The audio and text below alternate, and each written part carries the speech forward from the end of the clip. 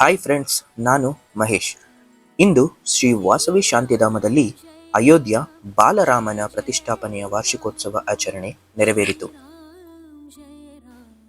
ಇದೇ ಸಂದರ್ಭದಲ್ಲಿ 22 ಜನವರಿ 2025ರಂದು ಶ್ರೀರಾಮಮೂರ್ತಿಯನ್ನು ಭೋಜನಾಲಯದ ಪಕ್ಕದಲ್ಲಿ ಅಲಂಕರಿಸಿ ಶ್ರೀಮತಿ ಗೀತಾರಾಣಿ ಮತ್ತು ತಂಡದವರು ಶ್ರೀರಾಮ ಹಾಗೂ ಹನುಮಂತನ ಬಗ್ಗೆ ಹಲವಾರು ಭಕ್ತಿಗೀತೆಗಳನ್ನು ಹಾಡಿದರು.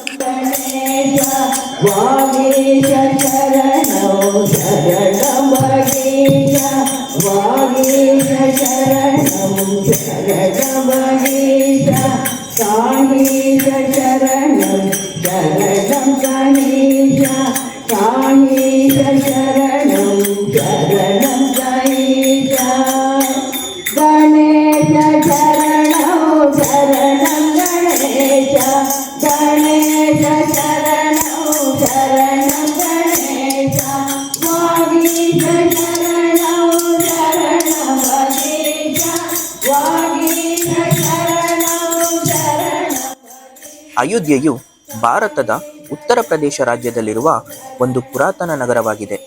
ಇದು ಹಿಂದೂ ಧರ್ಮದಲ್ಲಿ ಪವಿತ್ರವಾದ ಸ್ಥಳವಾಗಿದ್ದು ಭಗವಾನ್ ರಾಮನ ಜನ್ಮಸ್ಥಳವೆಂದು ಪರಿಗಣಿಸಲಾಗಿದೆ.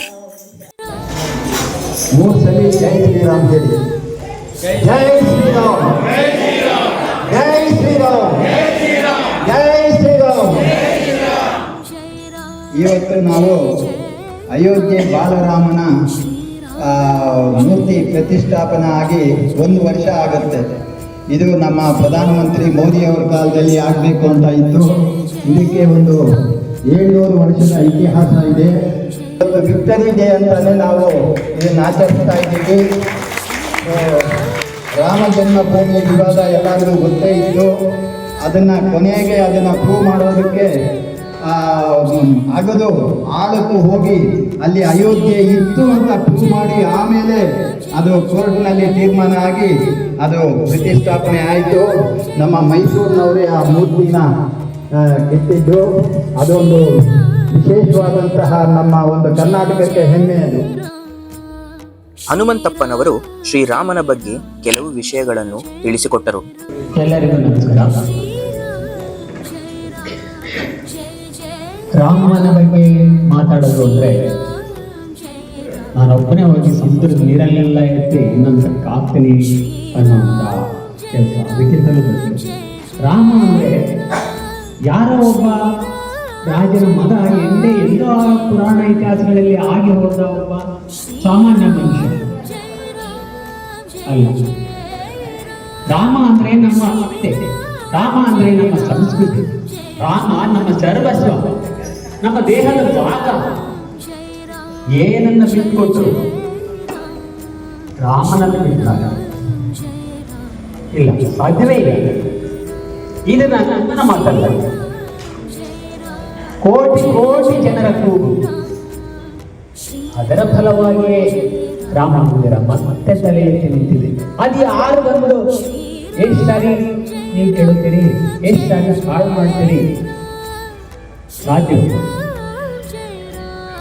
ಎಂದಾದರೂ ಸರಿ ಎದ್ದು ನಿಲ್ಲೋ ಮಹಾನ್ ಶಕ್ತಿ. ಅಂತಹ ಶಕ್ತಿಯನ್ನ ಆರಾಧಿಸೋದು ನಮ್ಮೆಲ್ಲರ ಕರ್ತವ್ಯ. ನಾವೆಲ್ಲರೂ ಸಹ ರಾಮನನ್ನ ಅವನಿಂದ ಶಕ್ತಿ ಪಡ್ಕೊಂಡು ಪ್ರತಿದಿನ ಅವನ ಹೆಸರು ಹೇಳಿದರೆ ಸಾಕು, ನಮಗೆ ಒಂದು ಹೊಸ ಶಕ್ತಿ ಬರುತ್ತೆ. ಅಗ್ನಿಮುಖದ ಮೊದಲನೆಯ ಅಗ್ನಿ ಬೀಜಮಂತ್ರ. ನಮ್ಮ ಅಗ್ನಿ ನಮ್ಗೆ ಎಷ್ಟು ಪವಿತ್ರ ಅಂತ ಗೊತ್ತು. ಪ್ರತಿಯೊಬ್ಬರ ಮನೆಯಲ್ಲೂ ಸಹ ಯಜ್ಞಕುಂಡ ಇರ್ತಿತ್ತು ಹಿಂದಿನ ಕಾಲದಲ್ಲಿ. ಅಗ್ನಿಯನ್ನು ಪೂಜಿಸದೆ ನಾವು ಯಾವ ಕೆಲಸವನ್ನು ಮಾಡುವುದಿಲ್ಲ. ಮಂಗಳಕರವಾದ ಕೆಲಸವನ್ನು, ಯಾವುದೇ ಒಂದು ಶುಭ ಕೆಲಸ ಆಗಬೇಕು, ಒಂದು ಶುಭವನ್ನು ಕೋರಬೇಕು ಅಂದ್ರೆ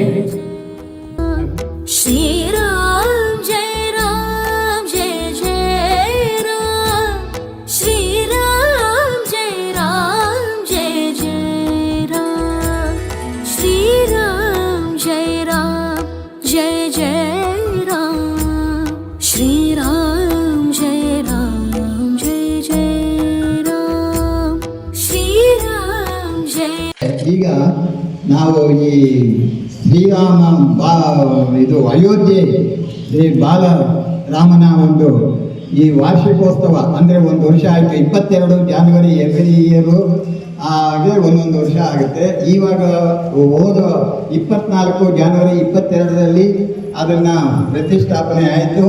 ಇವತ್ತಿಗೆ 1 ವರ್ಷ ಆಯಿತು. ಈ ವಾರ್ಷಿಕೋತ್ಸವದ ಅಂಗವಾಗಿ ನಾವು ದೀಪೋತ್ಸವ ಕಾರ್ಯಕ್ರಮವನ್ನು ಇಟ್ಕೊಂಡಿದ್ದೀವಿ. ಆ ದೀಪೋತ್ಸವ ಕಾರ್ಯಕ್ರಮಕ್ಕೆ ಚಾಲನೆಯನ್ನು ನಮ್ಮ ಗೌರವ ಕಾರ್ಯದರ್ಶಿಗಳಾದಂಥ ನಮ್ಮ ಗುಪ್ತಾ ಸಾರ್ ಅವರು ಪ್ರಾರಂಭ ಮಾಡಬೇಕು ಅಂತ ವಿನಂತಿ. ಕಾರ್ಯದರ್ಶಿಗಳಾದ ಶ್ರೀ ಶ್ರೀನಿವಾಸ ಗುಪ್ತಾರವರು ಭಗವಂತ ಶ್ರೀರಾಮನ ಮುಂದೆ ನಂದಾದೀಪ ಹಚ್ಚಿದ ನಂತರ ಎಲ್ಲ ನಿವಾಸಿಗಳು ರಾಮ ಹಾಗೂ ಹನುಮಂತನ ಮೂರ್ತಿಯ ಮುಂದೆ ಭಕ್ತಿಯಿಂದ ನಂದಾದೀಪವನ್ನು ಹಚ್ಚಿದರು. ಎಲ್ಲರಲ್ಲೂ ಒಂದು ರೀತಿಯ ಹಬ್ಬದ ಸಂಭ್ರಮ ಕಾಣುತ್ತಿತ್ತು.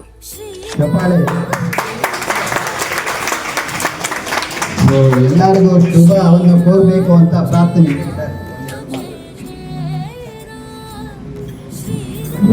ಹಲೋ, ಎಲ್ಲರೂ ನಮಸ್ಕಾರ. ಈ ಒಂದು ಶುಭ ಗಳಿಗೆಯಲ್ಲಿ ನಮ್ಮ ಹನುಮಂತಪ್ಪನವರು ಎಲ್ಲ ವಿಷಯ ವಿವರವಾಗಿ ಹೇಳಿದ್ದಾರೆ. ಮತ್ತು ನಮ್ಮ ಸೂರ್ಯಪ್ರಕಾಶ್ ಅವರು ಅದಕ್ಕೆ ಕಳೆ ಕೊಟ್ಟು ಎಲ್ಲ ಹೇಳಿದ್ದಾರೆ. ಇನ್ನೇನು ಹೇಳೋ ವಿಷಯವಿಲ್ಲ. ಎಲ್ಲರಿಗೂ ಒಳ್ಳೆಯದಾಗಲಿ. ಈ ವಾರ್ಷಿಕೋತ್ಸವ ಆಚರಣೆ ಮಾಡ್ತಾ ಇರೋದು ಚೆನ್ನಾಗಾಗಲಿ ಅಂತ ಹೇಳಿ ನನ್ನ ಮಾತು ಮುಗಿಸ್ತೇನೆ. ಧನ್ಯವಾದಗಳು. ಎಲ್ಲರೂ ಒಬ್ಬೊಬ್ಬರೇ ಬಂದು ದೀಪನ ಇದು ಮಾಡಿ